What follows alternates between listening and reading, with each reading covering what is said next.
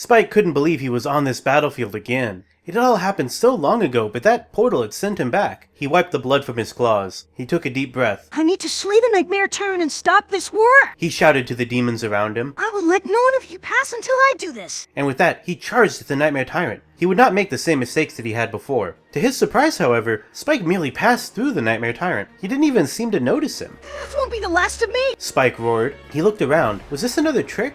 No, he was still there. He realized this must just be a vision, a living memory of his lowest moment. He looked around again. The battlefield was filled with the dead and dying. The demons had taken heavy casualties. He then spotted himself, his past self, cutting down the members of the Black Fang. He wore the Nightmare Tyrant's armor and brandished his sword. The blood shard glimmered on his helmet. Spike shook his head. This couldn't be real. He had to look again. No, his past self was there. He raised his sword and began to charge at another demon. There was no doubt in his mind. He saw his old allies, servants of the Nightmare Tyrant. He saw Shrek and Shaggy and Bender, all of them as their old selves. It sent a shiver down his spine. But when he looked again, there was no other self. Only his, the real him, safe in the arms of the ghost of Alcina. I didn't need to relive that. Spike said as Alcina hugged him. I tried to forget that I ever worked with the Nightmare Tyrant. Why would you send me back there? Spike, The ghost said. I needed to see how strong of a warrior you'd become. I thought you were a little too soft to defeat at the hands of the Blood Moon. I thought you'd be more like your grandfather. But you're stronger than you've ever been. You'll be an even better fighter. He cocked his head. Alcina was telling the truth. She wasn't lying. But I thought I was supposed to save the world? He said, remembering the Nightmare Tyrant's words. You will. She said. But first, you need to serve the Nightmare Tyrant once more. What? No! Yes. No, I can't do that. I can't go back there. He said, terrified. You have to, Spike. Why? Because I need you to. What do you mean? I need you to bring me the shards of Excalibur. What? Alcina nodded. There's a new Nightmare Tyrant, Spike. Thank you mean no harm.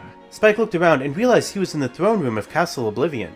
It had been so long, but he'd recognize it anywhere. He looked to the throne, and his eyes widened when he saw who sat there. Fluttershy? He asked, astonished. Thinking she was just a figment of his imagination, he thought long ago that the Nightmare Tyrant could have been Applejack sitting in that throne, but it couldn't be. My love, have you finally come for me? The Nightmare Tyrant asked seductively. I have a better question. Spike said. How?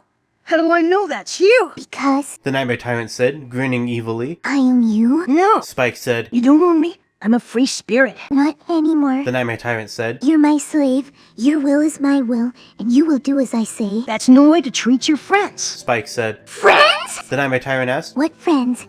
I cast you, huh? I you banish. You have no friends.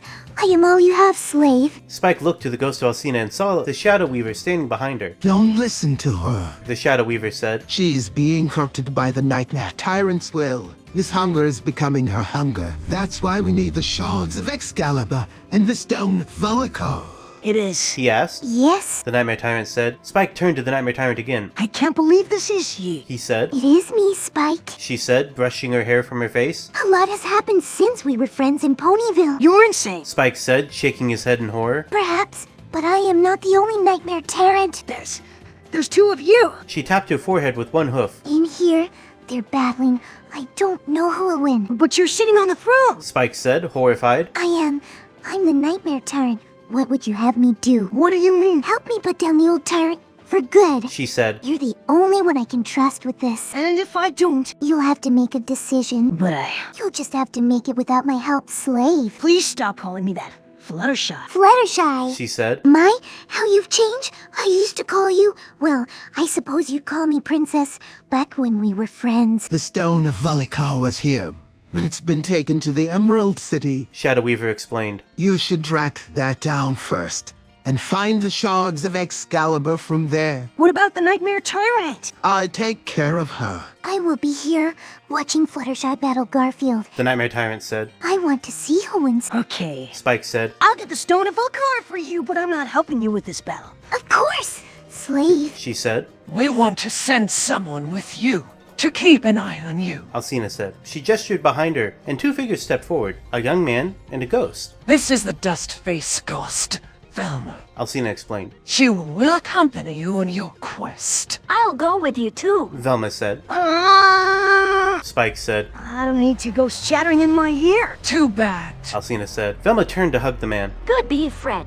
Tell Daphne I'll see her when we get the stone. I will, Velma. Fred said. Spike sighed heavily. He was in so many worlds at once. It was no wonder his mind was going. Velma accompanied Spike across the landscape. As a ghost, she didn't tire and had no trouble keeping up with him. So, we're going to the Emerald City. Spike asked. That's where the stone is supposed to be. I've been to the Nightmare Realm before. Spike said. I think I can find my way around there again. You said you didn't know where the stone is. There's so many magic stones and gems in this world. Who can keep track of them all? My point exactly. Guineas. The former Nightmare Turret probably has his minions searching every inch of the place to find the stone just in case. Most people probably just think it's gone forever.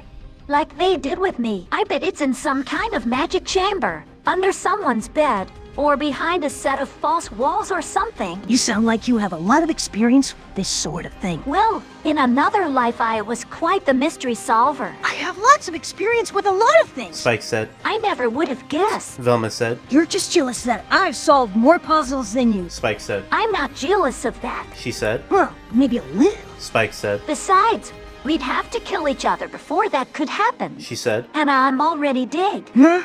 I just don't like you. Spike said. That's not the same thing at all. Okay, you got me there. Guess we're even. After weeks of traveling, the pair eventually reached the borders of the realm. The Emerald City glittered in the distance. Be careful. Velma said. Don't worry, I've got a master plan. I wish I did. She said. They continued on. Slowly, the Emerald City grew larger and larger. Eventually, they were close enough to make out the details of the city. They hadn't seen it up this close since the day they'd left. The lights and magic were blinding. We'll find the chamber and steal the stone back. Velma. Spike said. Then, we'll put this crazy old world behind us. I hope so, Spike. They entered the city, and Spike knew right away that they were in for some trouble. The streets were crowded with strange creatures, the former prisoners of the Nightmare Realm, who'd been known as the Lost. Spike recognized many of them, but kept his head down low as he and Velma traversed the city. He didn't want to stick out like a sore thumb. Just in case, he walked with a slight limp, his tail drooped, and he didn't talk very much. I thought this had become a date city. Velma said. I didn't realize there'd be so many people here. What? Spike said. Look at the time. What's that supposed to mean? Never mind. He said. They made their way to the central castle, where they assumed the stone to be. It was a massive structure made of shimmering emerald. It towered into the city and glowed with a deep green magic. Outside the castle, Spike spotted two of his old friends, Rarity and Rainbow Dash. He broke away from Velma and made his way over to his old friends. I never thought I'd see you again, Spike. Rarity said. What on earth are you doing here? Fluttershy sent me to find the Stone of Volcar. Spike explained. She said it would be here. Yes, Fluttershy. Rarity said. She sure has changed, hasn't she? Yeah, she has. Said Spike. Are you going to tell her we found the stone? Rainbow Dash asked. I was planning to once I found it. Of course. Spike said. Of course. Rainbow Dash said, rolling her eyes. You never could finish a sentence. Could you? I've learned I should leave all thought of words to the dragons. Spike said, smiling. I do so love your sarcastic edge, Spike. Rarity said. So, do you have the stone with you? Velma asked. No. Rainbow Dash said. A lot of stuff happened, but we gave the stone to the Emerald Hero. What? Spike asked, his face in his palm. You did? What? We gave it to the Herald, silly. Rainbow Dash said. We're going to set up a residence in the city of Emerald, so we could always visit from time to time. I see. I'm just going to go in and get it. Velma said. She floated into the castle, leaving the others behind. Who's that ghost girl? Rainbow Dash asked. I forget her name, Rarity said. but she's a good soul.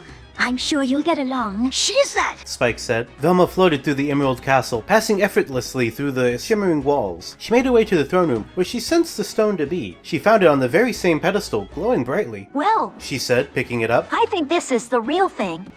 Can you bring it back? Velma turned, startled, to see the calm face of the Emerald Herald. Bring what back? She asked, confused. The one you took from me. The Herald said. I don't know what you're talking about. Velma said. The Herald's eyes drifted to the stone in Velma's hand. Oh, this? She said, holding it up sheepishly. I don't know how that got. I know why you seek it. The Herald interrupted her. If it will help the Nightmare Queen silence the tyrant, you may have it. I only ask that you return it, as it is a valuable artifact of our fair city. I'll try. Velma said, putting the stone in her pocket. Velma floated out of the throne room and into the castle. She made her way back to Spike and the others, feeling the Herald's eyes on her. So, did you get the stone? Spike asked. Yep. She said, walking over to them. Let's go. Spike grinned and stuck out his tongue at Rainbow Dash. I was just being sarcastic. He said. I don't really have anything against you. I know. Come on. She said, grabbing his hand. Let's get out of here. Spike walked next to Velma. Thanks for getting the stone. He said. This was the easy part. She said. The shards of Excalibur will be much harder to locate. They made their way towards the exit when the sound of shattering glass echoed throughout the city.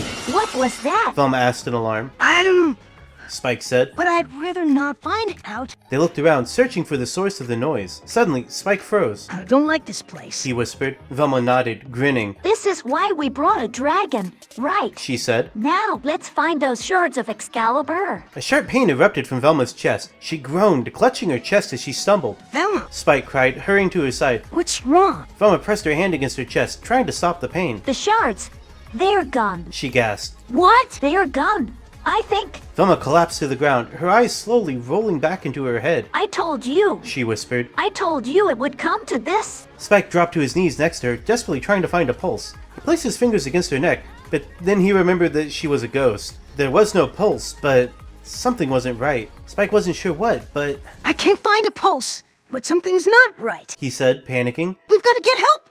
We've got to go back. We can't. Velma said. Excalibur has to be protected. Spike stepped back, unsure of what to do, as a green energy radiated from Velma's body. He stood, rooted to the spot, as a chill ran down his spine.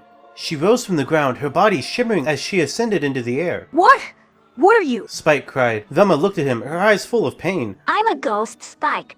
Remember? She said. The last Dust-Face ghost. No, I mean, yes, but no. A pulse of energy burst from her, and she fell to her feet. To her shock, she touched the ground. Solid. Olaf. Velma asked, confused. What? There's something not right about this. Spike muttered. We've got to get out of here. Velma said. Yeah, hurry. Spike said. They ran from the city, dodging the Lost, until they exited the front gates. Velma's lungs burned with the effort, and she realized she could feel pain for the first time in ages. I can feel pain again. She gasped. What's the point in being a ghost if you can't feel pain? Spike asked. Now, can you get us to the Wonder Factory? I'd rather not spend another minute in that city. They traveled in silence. After a few minutes, they came within sight of the Wonder Factory. And that's where we're going to leave things off this time, I think.